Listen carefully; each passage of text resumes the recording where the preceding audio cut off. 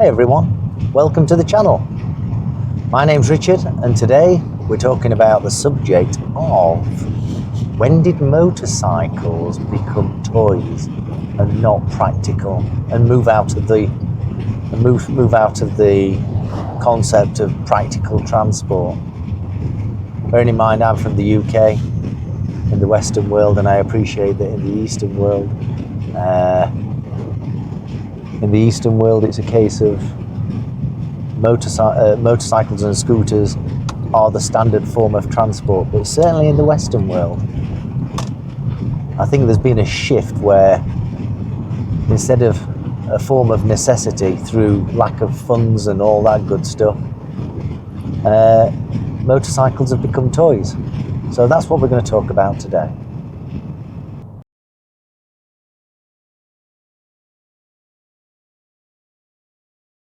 Hey everyone, a quick reminder about these genuine Triumph Paige ladies jackets in medium and large.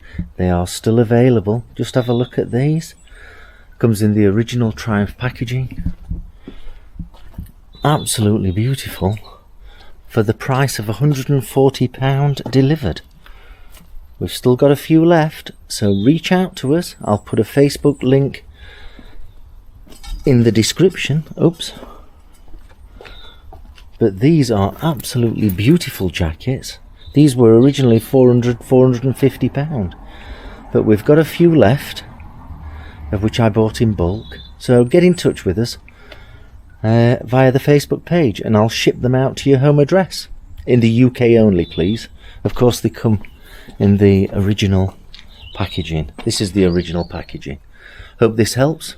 Back to the video. So I started motorcycling in the 1980s, in the middle of the 1980s. I couldn't afford a car, and the only way to get mobile was to buy a motorcycle and then go through the process of passing my test and all that kind of thing. And my first bike was a Yamaha TY50 on the road. And then I moved up to a GP100 when I was 17, a Suzuki GP100 two-stroke, of which I stuck a Micron on and upgraded the jets, and it really made no difference. But I still couldn't afford a car.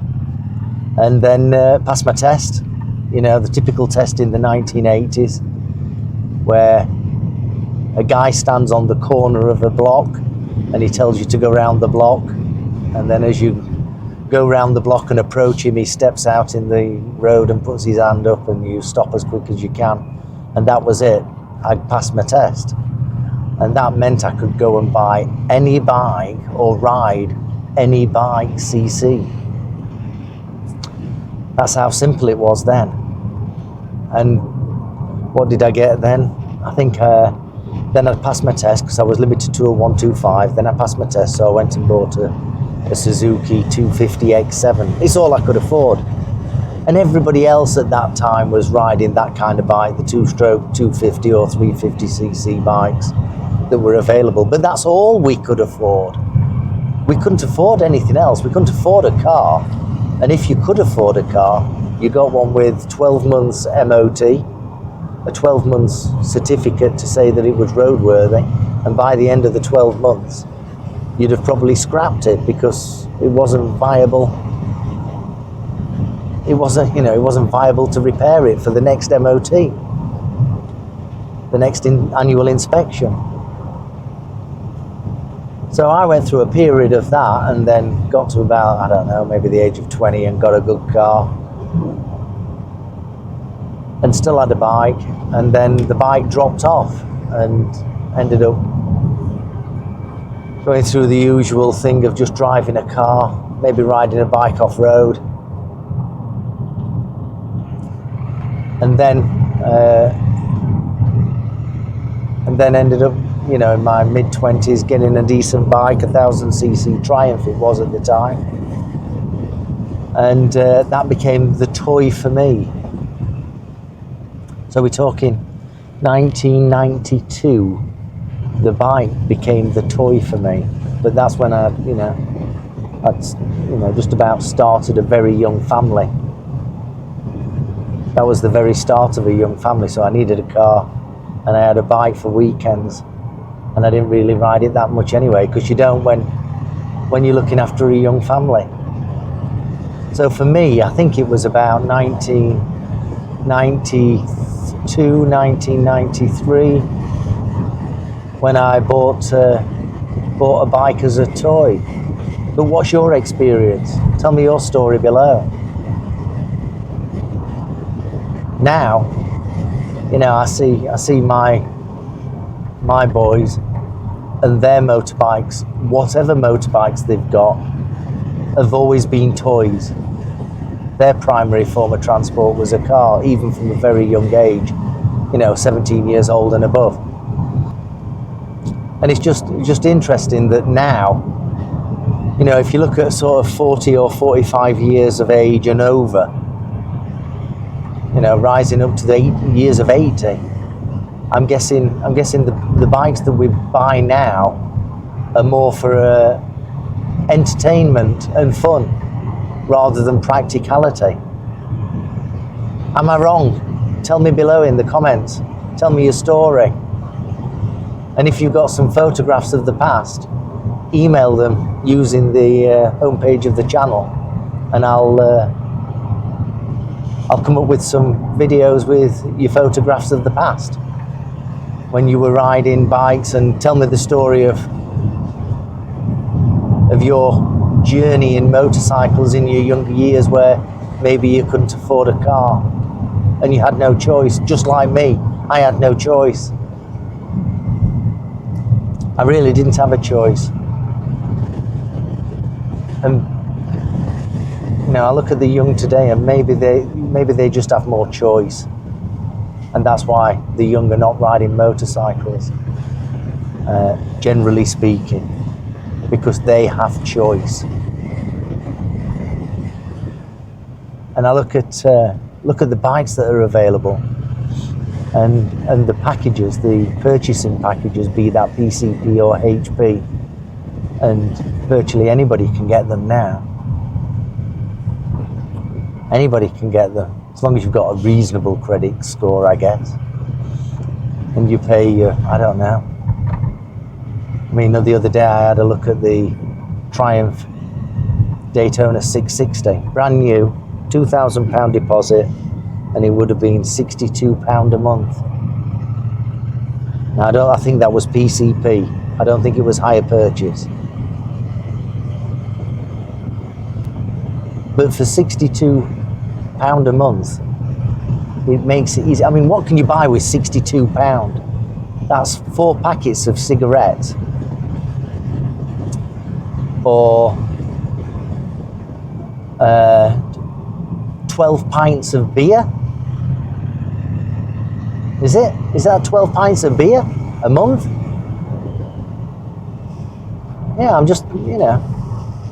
So the ability to get a machine nowadays for what is a relatively low price is unbelievable. It really is unbelievable.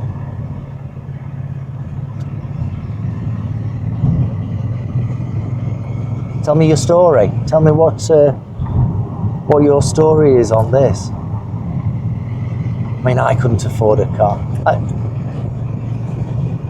I've created videos in the past where we talk about the kids of today, and everything's very safe, and the parents want the kids to have cars, and they don't want them to have motorbikes. And I understand that to a greater or lesser degree. Do you encourage your kids to ride motorbikes? Have you encouraged your kids to go and take the test, even though it's so expensive nowadays to get a full license, depending on what your age is and all that? I don't really know the details anymore. I know my youngest son, he took his test. He rides a Suzuki 600, a GSXR 600 now, as a toy. It's a toy, he just uses it every now and then with his mates. And I think to get through the test, I'm sure it must have been somewhere near £1,000. And he can ride a bike. He's been riding bikes for years. Not on the road, but off the road, so he knows how the machine works. He knows how to use the clutch, he knows how to use the gears. He's been riding motorcycles for years. But, you know, it cost £1,000 to get through that process of getting through to his direct access, which allows him to ride any CC bike or any powered bike. So he doesn't have a limited license. What did your kids spend on getting the license? How much did it cost them? And then you've got to think about the kit, all the kit that they buy. I mean, when I was riding, we wore a pair of jeans, a pair of trainers, and just a normal jacket, maybe a second-hand leather jacket for a motorcycle, and a cheap helmet. We didn't have the money. We just didn't have the money. I could have never afforded a helmet to the equivalent of £250 in 1991. No, 1987, let's say. I could have never afforded that. I just had a cheap helmet. And all my mates did. And we went out every night on the motorcycles and put a gallon of petrol in and a bit of two-stroke oil, because they were mainly two strokes.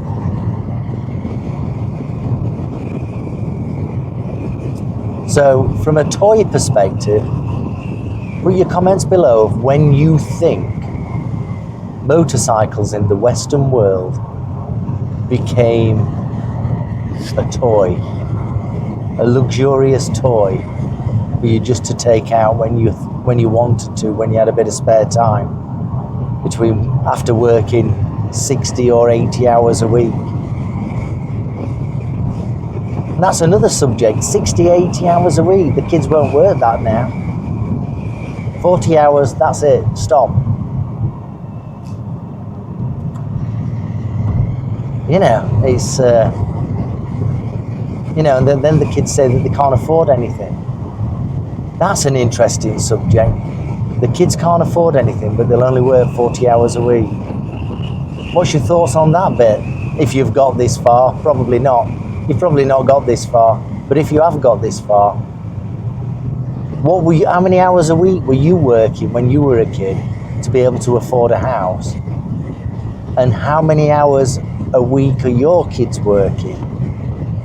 And can they afford a house? I mean, my son last weekend went to have a look at a house for him and his girlfriend. They're trying to set up their own thing.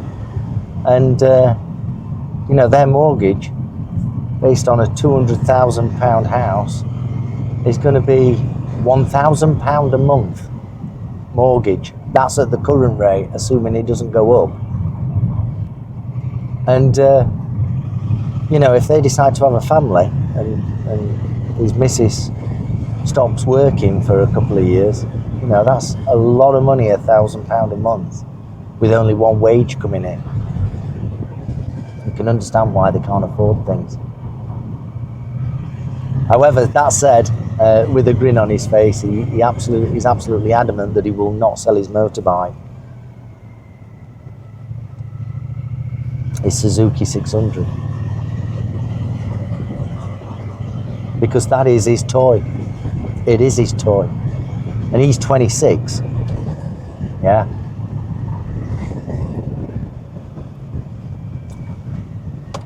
So tell me your story below in the comments. And if you've got any photos, email them over. Email them over to me.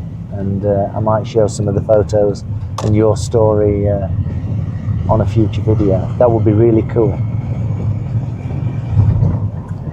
And yeah, when did motorcycles become toys in the Western world? Let me know your thoughts in the comments below. Hope you enjoyed the video. Hope it was thought inspiring. ride safely, always be kind to people, and eat healthily. Eat healthily. I'll speak to you soon. Thanks for watching the video if you got this far. Bye bye.